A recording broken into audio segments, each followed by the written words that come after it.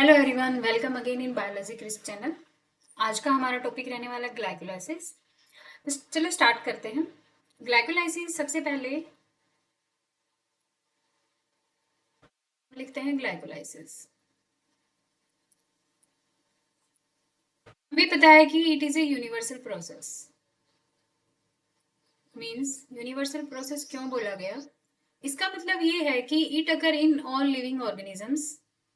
सभी living organisms के अंदर ये होता है, चाहे वो आपके एनारोबिक बैक्टीरिया हैं, चाहे आपके एरोबिक हैं, आपके प्लांट हैं, एनिमल है, सबके अंदर ये प्रोसेस रन होता है। और ये होता कहाँ है? It occur in the cytosol. Cell का जो साइटोसोल है उसके अंदर ये प्रोसेस रन होता है। एंड इट हैव कितनी रिएक्शंस होती हैं इसके अंदर? 10 रिएक्शंस होती हैं।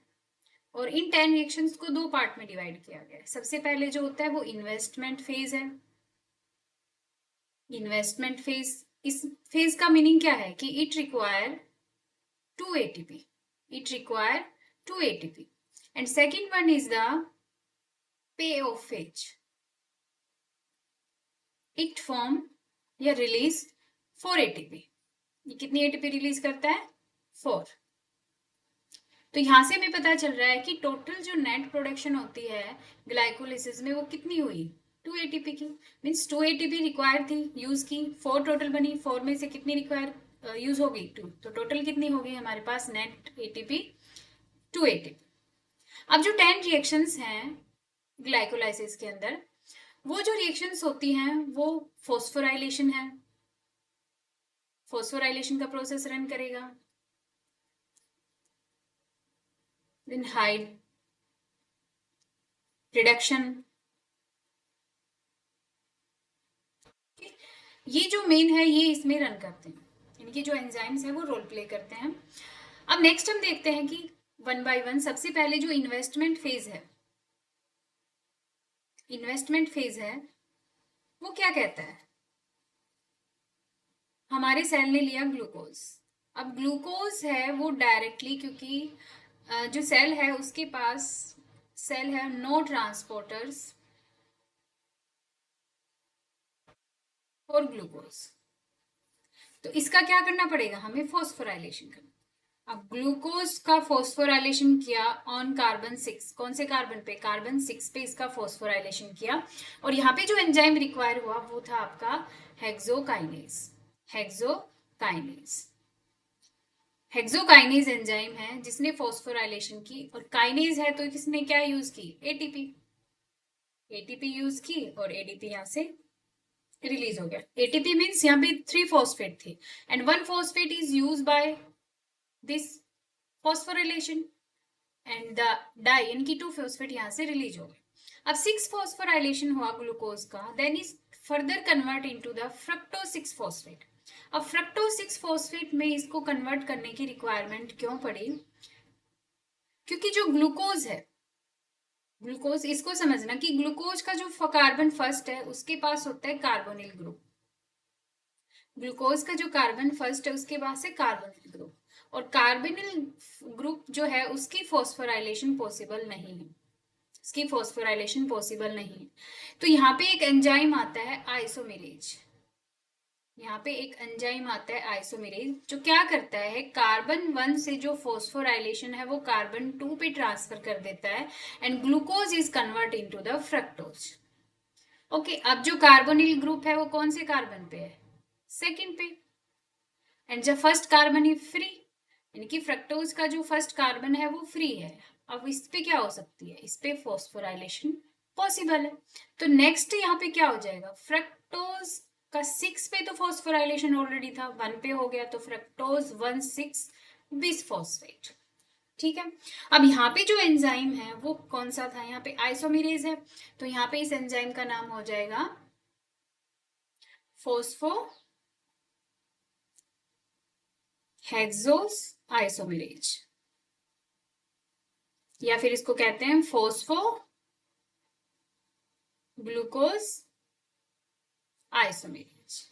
ओके, तो ये आपका एंजाइम हो जाएगा फोस्फो ग्लूकोज आइसोमेरेज, जो क्या करता है, कार्बोनिल जो ग्रुप है कार्बन 1 पे उसको ट्रांसफर कर दिया कार्बन 2 पे and carbon 1 is free and it convert into the तो फॉस्फोग्लूकोज आइसोमेरेज, ये आपका एंजाइम हो गया। ओके, आइसोमेरेज था। देन फर्दर जो फ्रक्टोज 6 फॉस्फेट था, it convert into the fructose 1,6, तो ऑलरेडी 6 पे था। अब एक और काइनेज एंजाइम यहाँ पे आएगा, क्योंकि आप देख रहे हो यहाँ पे एक और फॉस्फोराइलेशन हुई है, 6 पे था अब 1 पे भी है, यानी कार्बन 1 और कार्बन 6 दोनों पे फॉस्फोराइलेशन होगी। तो यहाँ पे आता है आपका जिसको कहते हैं गेट कीपर, गेट कीपर आपका ये रहेगा, इसको आप गेट कीपर भी कह सकते हो क्योंकि एंट्री इसी के थ्रू होती है। ये आपका हो गया गेट कीपर, और ये होता है आपका rate limiting step. Rate limiting step, और यहां पे जो एंजाइम है आपका वो होता है फोस्फोफ्रक्टोकाइनेज। फोस्फोफ्रक्टोकाइनेज, फोस्फोफ्रक्टोकाइनेज। ओके, अब काइनेज है तो इसने भी एनर्जी यूज की है। अब वो एनर्जी किस फॉर्म में यूज की? Same, ATP and release ADP. तो आप देख रहे हो यहाँ पे 2 एटीपी, एक एटीपी ये मॉलिक्यूल एंड 1 इज दिस। तो यहाँ पे कितने एटीपी के मॉलिक्यूल्स यूज हो चुके हैं? 2 एटीपी यहाँ पे यूज हो चुकी है फ्रक्टोज 1,6 बिसफॉस्फेट बनने तक। ठीक है, अब फ्रक्टोज 1,6 बिसफॉस्फेट यानी कि जो फॉस्फोराइलेशन है वो कार्बन 1 पे भी है और फॉस्फोराइलेशन कार्बन 6 पे भी है। अब यहां से स्टार्ट होता है कि यहाँ पे एक एंजाइम आता है फ्रक्टोज 1,6 बिसफॉस्फेट आपका बना। यहाँ पे एक एंजाइम आता है और वो क्या करता है कि ब्रेक डाउन कर देता है मॉलिक्यूल की। इसके पास कितने कार्बन थे? 6। अब 3 कार्बन यहाँ पे आ जाएंगे, 3 कार्बन यहाँ पे आ जाएंगे। तो यहाँ पे 3 कार्बन आए, DHAP क्या बन गया आपका? DHAP, di hydro acetone phosphate. और दूसरी साइड आपका बन गया ग्लिसरीएल्डिहाइड 3 फॉस्फेट, यानी कि 3 फॉस्फोराइलेशन यहाँ पे थर्ड पे, और यहाँ पे जो एक फॉस्फोराइलेशन था एक ग्रुप इसने कैरी कर लिया। ओके, अब क्या होता है कि ये जो DHAP है ये दोबारा से ग्लिसरीएल्डिहाइड में चेंज हो जाता है। ये रिएक्शन अलग से चलती है, बट हम दिखाते कैसे हैं कि ये इसके साथ चलेगा, और यहीं से आपका प्रोसेस मल्टीपल 2 में स्टार्ट हो जाता है। मीन जो भी प्रोडक्ट बनेगा वो 2 बनेगा, जो भी चीज यूटिलाइज होगी वो 2 में यूटिलाइज होगी। इसका रीजन यही है क्योंकि जो DHAP है वो भी चेंज हो जाता है ग्लिसरीएल्डिहाइड 3 फॉस्फेट में, और वो रिएक्शन को सेम रन करता है जैसा कि ग्लिसरीएल्डिहाइड 3 फॉस्फेट रन करता है। ओके, अब ग्लिसरीएल्डिहाइड 3 फॉस्फेट किस में चेंज होता है, और यहाँ पे जो एंजाइम रहेगा वो क्या रहेगा आपका? ये जो ब्रेकडाउन हुआ यहाँ पे एल्डोलेज, यहाँ पे रहेगा एल्डोलेज एंजाइम आपका जिसने ये ब्रेक डाउन किया। और यहाँ पे जो एंजाइम रहेगा जो DHAP को चेंज कर रहा है ग्लिसरीएल्डिहाइड 3 फॉस्फेट में, यहाँ पे रहेगा आपका ट्रायोज फॉस्फेट आइसोमेरेज। यहाँ पे भी रहेगा आपका आइसोमेरेज एंजाइम रहेगा। तो ग्लिसरीएल्डिहाइड 3 फॉस्फेट आपके पास कितने मॉलिक्यूल हो गए? 2 मॉलिक्यूल हो गए। अब जितना भी प्रोडक्ट बनेगा सब 2 में। तो ग्लिसरीएल्डिहाइड 3 phosphate now further change into the 1,3 bisphosphoglycerate, 1,3 bisphosphoglycerate. अब नव ये बिसफॉस्फोग्लिसरेट यहाँ पे बना है, तो यहाँ पे जो एंजाइम यूज होता है वो आपका ग्लिसरीएल्डिहाइड 3 फॉस्फेट डीहाइड्रोजिनेज। अब डीहाइड्रोजिनेज एक्टिविटी आते ही आपको एक चीज याद रखनी है कि डीहाइड्रोजिनेज ये NAD आयंस को चेंज कर देता है NADH में। और कितने रहेंगे आपके पास? ये 2 रहेंगे, और कितने बनेंगे? ये 2। तो यहाँ पे आप देख रहे हो आपके एनर्जी की प्रोडक्शन एक जगह स्टार्ट हो गई है, तो मीन्स आपका पे ऑफ प्रोसेस स्टार्ट हो चुका है। जैसे इसकी ब्रेकडाउन फ्रक्टोज 1,6 बिसफॉस्फेट की ब्रेकडाउन हुई, ग्लिसरीएल्डिहाइड 3 फॉस्फेट बना, glyceraldehyde is convert into 1,3 bisphosphoglycerate and 1,3 bisphosphoglycerate बनने के साथ साथ यहाँ पे जो डीहाइड्रोजिनेज एंजाइम था उसने NAD आयंस को चेंज किया NADH में, और यहाँ पे आपकी एनर्जी की प्रोडक्शन स्टार्ट हो चुकी है। अब 1,3 bisphosphoglycerate now further convert into 3-phosphoglycerate, convert into 3-phosphoglycerate। अब यहाँ पे एक चीज देख पा रहे हैं कि पहले 2 कार्बन्स पे क्या था, फॉस्फोराइलेशन था, अब एक पे बचा है। मीन्स कहीं ना कहीं उन्होंने एक फॉस्फोराइलेशन को रिलीज किया, पायरोफॉस्फोरिलेट को रिलीज किया।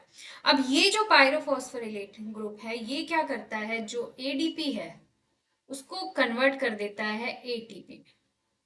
क्या करता है, कन्वर्ट कर देता है। और इसी वजह से ये जो फॉर्मेशन हुई, अब यहाँ पे जो फॉस्फोराइल पायरोफॉस्फोरिलेट जो ग्रुप था किसने दिया, सबस्ट्रेट ने दिया। और वहां पे आपका प्रोसेस कहते हैं इसको सबस्ट्रेट लेवल फॉस्फोराइलेशन। क्या कहते हैं इसको, सबस्ट्रेट लेवल फॉस्फोराइलेशन। यहाँ से डायरेक्टली क्वेश्चंस आते हैं कि कौन से स्टेप पे सबस्ट्रेट लेवल फॉस्फोराइलेशन होता है और कौन सा एंजाइम रिस्पॉन्सिबल होता है। ठीक है, अब यहाँ पे एटीपी बन रही है तो यहाँ पे एंजाइम कहीं ना कहीं काइनेज से रिलेट करेगा। तो यहाँ पे आपका एंजाइम होता है phosphoglycerate kinase, phosphoglycerate kinase.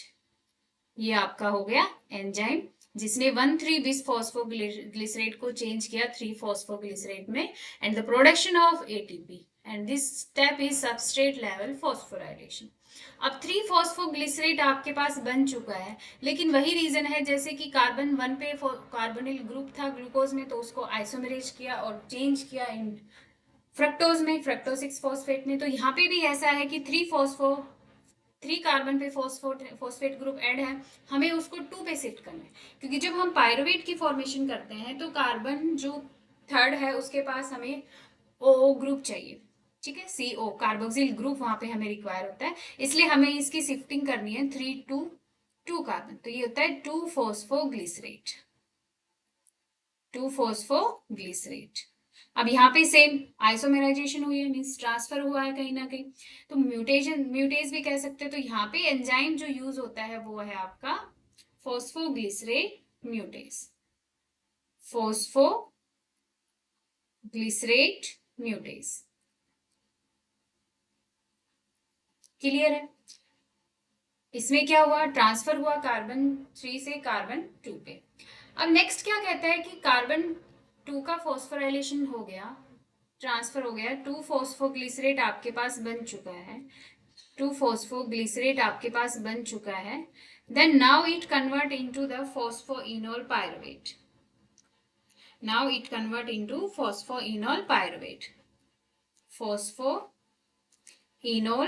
Pyruvate, इसको PEP भी कहते हैं। अब यहाँ पे जो एंजाइम रहेगा आपका वो रहेगा एनोलेज। क्या रहेगा, एनोलेज। एंड यहीं पे आपकी क्या होती है, एनोलेज है, तो इसमें क्या किया गया, जो कार्बन 2 पे फॉस्फोराइलेशन था वो आपका सेम है, लेकिन जो कार्बन फर्स्ट पे आपके CH2 के साथ जो OH था उसको हटा दिया गया, और यहाँ पे जो सिंगल बॉन्ड था वो आपका डबल बॉन्ड में चेंज हो गया। तो ये किया एनोलेज ने। ओके, अब फॉस्फोइनोल पायरुवेट बन गया। अब नेक्स्ट हमारा लास्ट हमें प्रोडक्ट क्या चाहिए था, पायरुवेट। पायरुवेट आ गया। अब पायरुवेट जब बना तो यहाँ पे जो एंजाइम है वो पायरुवेट काइनेज रहेगा, यहाँ पे जो एंजाइम रहेगा वो रहेगा पायरुवेट काइनेज। काइनेज नाम आते ही आपको याद हो जाना चाहिए कि इसमें भी कहीं ना कहीं एटीपी का रोल रहेगा। तो यहाँ पे भी क्या होता है, ADP is convert into ATP. क्योंकि यहाँ देख रहे हो फॉस्फोइनोल पायरुवेट, इसके पास क्या था, फॉस्फेट ग्रुप था ना, वो रिमूव हो चुका है। यहाँ पे इन्होंने जो पायरोफॉस्फोरिलेट ग्रुप था उसको रिमूव कर दिया, एंड यहाँ पे एडीपी से क्या बन गया आपका, एटीपी। तो इस स्टेप को भी हम कह सकते हैं कि it is substrate level phosphorylation, substrate level phosphorylation step. तो ग्लाइकोलाइसिस में 2 जगह ऐसा होता है कि सबस्ट्रेट लेवल फॉस्फोराइलेशन होता है, जिसमें एक तो तब था जब 1,3-bis फॉस्फोग्लिसरेट से क्या बन रहा था, 3-phosphoglycerate, और second one is the phosphoenol pyruvate से आपका पायरुवेट। तो ये थी ओवरऑल 10 रिएक्शंस का process.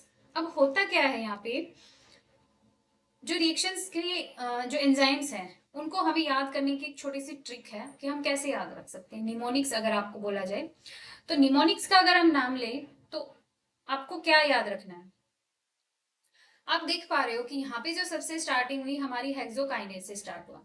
Hexokinase is the gatekeeper, gatekeeper है। तो यहाँ पे निमोनिक्स बनाते हैं हम।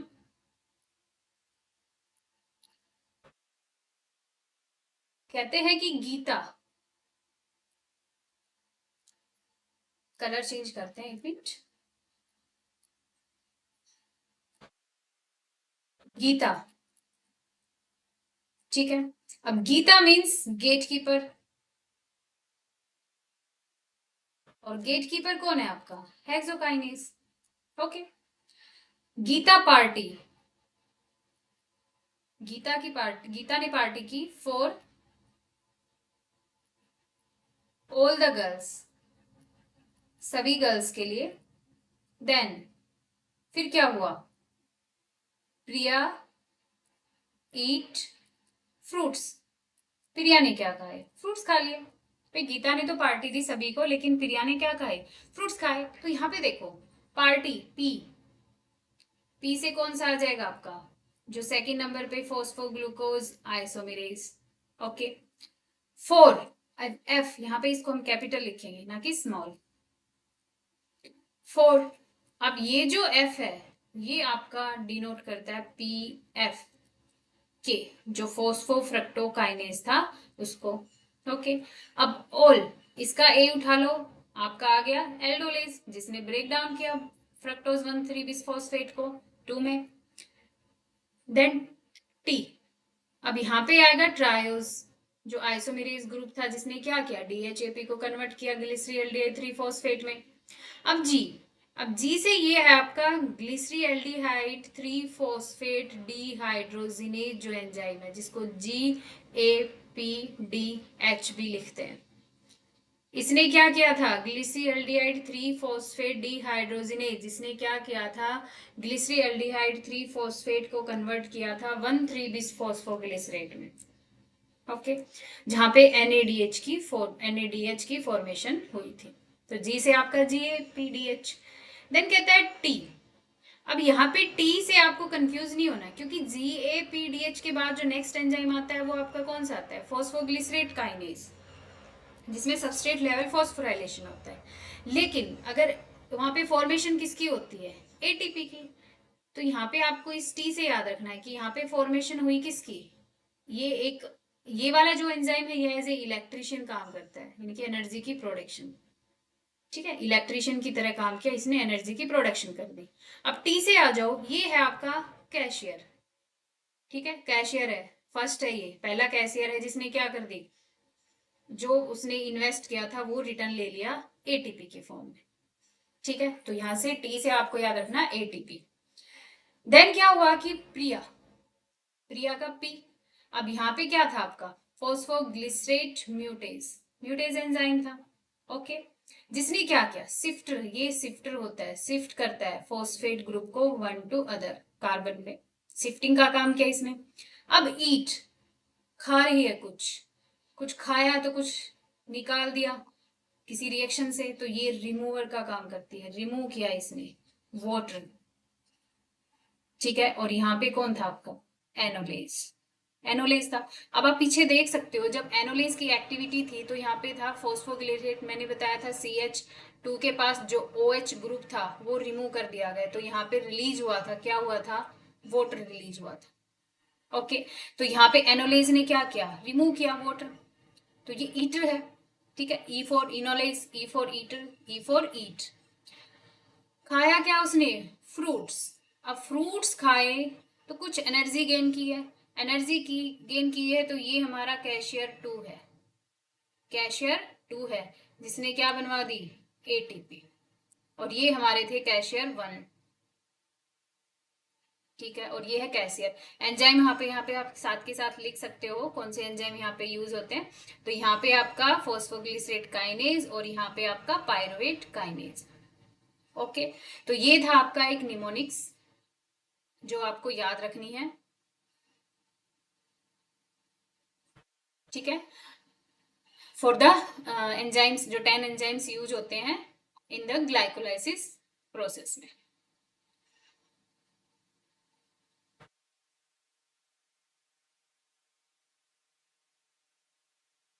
मेन आता है कि कंट्रोल कैसे होता है।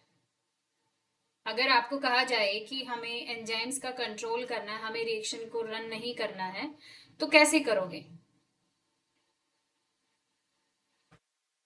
अब आता है कि रेगुलेशन लेवल हमें चेक करना है कि कोई भी एक एंजाइम है उसका रेगुलेशन लेवल कैसा होता है। अगर रेगुलेशन की बात करें तो रिएक्शंस का नेमिंग हम करते हैं, रिएक्शन 1, रिएक्शन 3 एंड रिएक्शन 10।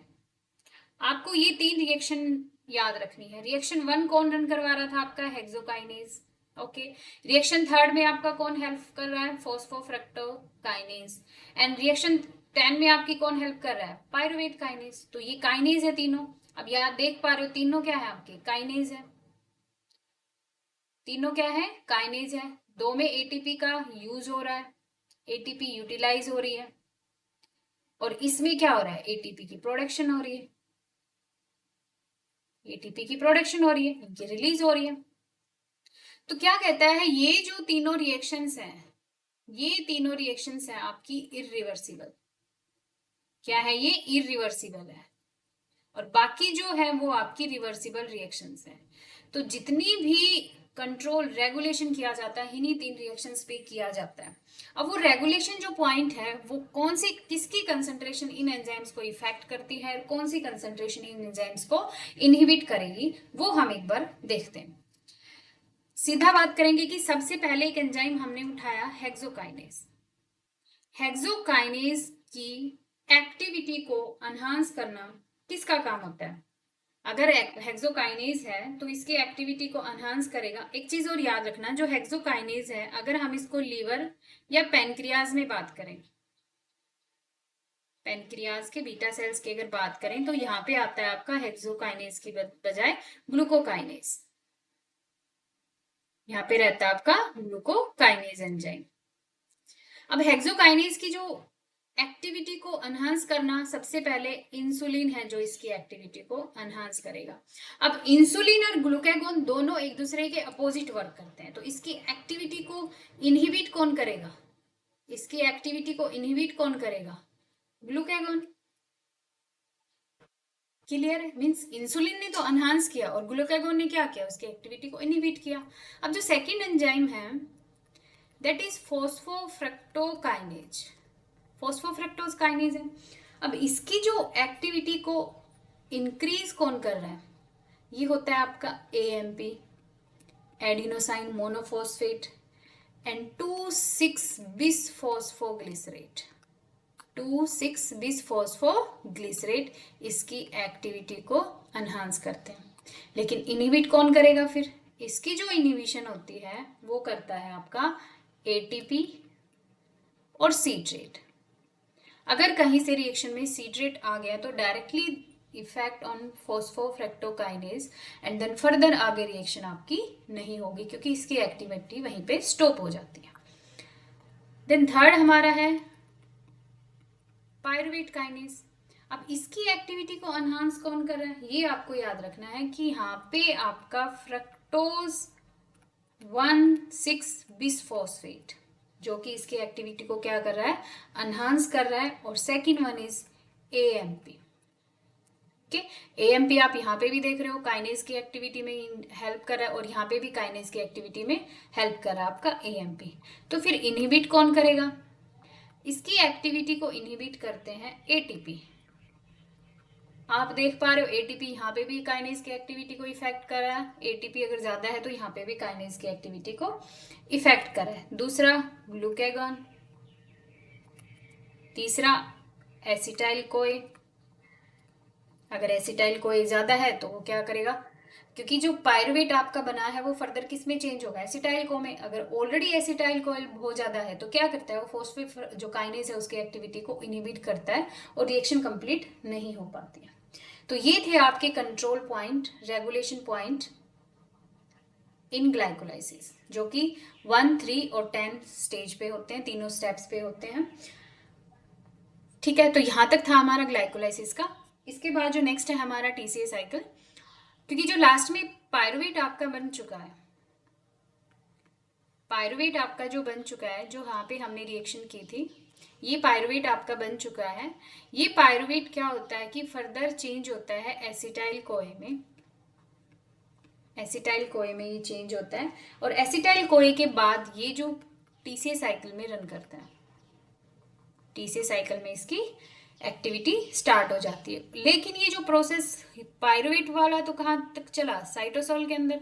जैसे ही पायरुवेट बना, जो माइटोकॉन्ड्रियल सेल होते हैं उनके पास स्पेसिफिक एमपीसी, ये आपके जो कैरियर हैं वो प्रेजेंट होते हैं। इनकी इनर माइटोकॉन्ड्रिया की जो इनर मेम्ब्रेन होती है उसके पास ये कैरियर प्रेजेंट होते हैं, जो पायरुवेट को सेल में साइट उसके जो माइटोकॉन्ड्रिया की जो इनर मैट्रिक्स होती है उसमें लेके जाएंगे और वहाँ पे एसिटाइल कोए में चेंज करेंगे। यहाँ पे पूरा एक पायरुवेट डिहाइड्रोजिनेज एंजाइम्स का कॉम्प्लेक्स होता है जिसमें 3 एंजाइम्स का रोल प्ले होता है। इसके बाद की रिएक्शंस हम डिस्कस करेंगे नेक्स्ट लेक्चर में, तो बने रहिए हमारे साथ। अगर आपको कोई डाउट है तो आप मैसेज कर सकते हैं। Thank you, have a nice day.